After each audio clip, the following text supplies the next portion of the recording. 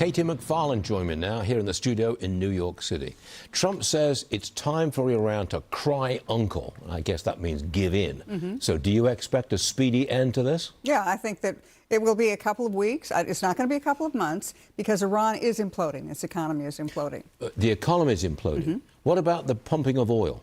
Okay, so the way this works is oil gets pumped out of the ground in a well. It goes across out a pipeline, goes to Kurg Island, and the oil pipeline is then supposed to put it into those empty tankers.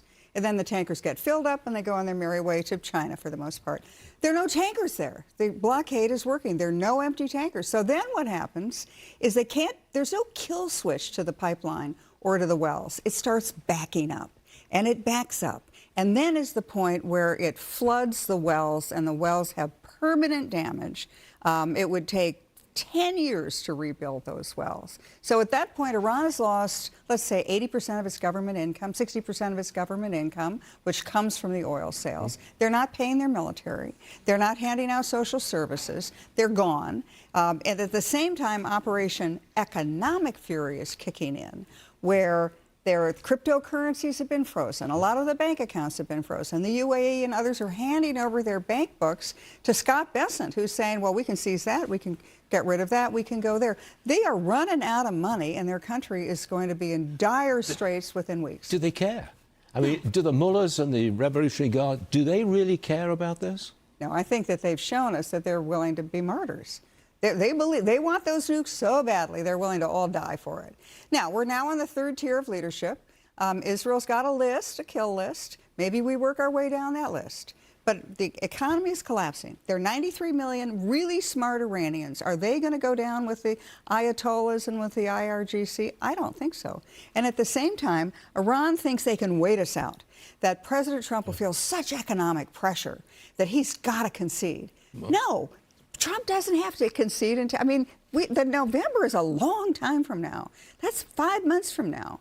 Can you think Iran is going to last 5 weeks? No, I think that it'll be a Trump movie where at the final hour, just in the nick of time, maybe this summer, we got a deal, the oil prices go down, gasoline prices go down, the economy starts thriving again, and there we have the grand finale as a really big election victory. Okay, I've got to change the subject. Okay. I talk to you about this all day long, but I've got to change the subject.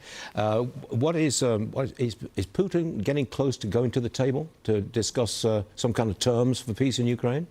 I don't think he's doing Ukraine. I think he's talking about being an intermediary in Iran, and this is where it becomes quite useful. So Russia's in the business of storing nuclear fuel. Yeah. So Russia has apparently, in talking to President Trump yesterday, President Putin said, look, we can help you.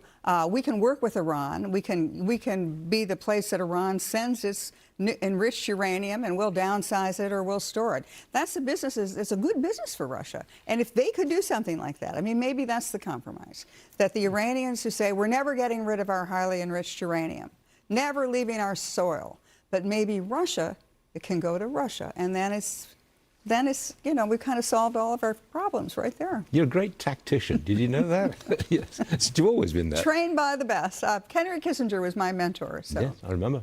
KT, thank you very much for being with us. We appreciate it. Okay, coming up.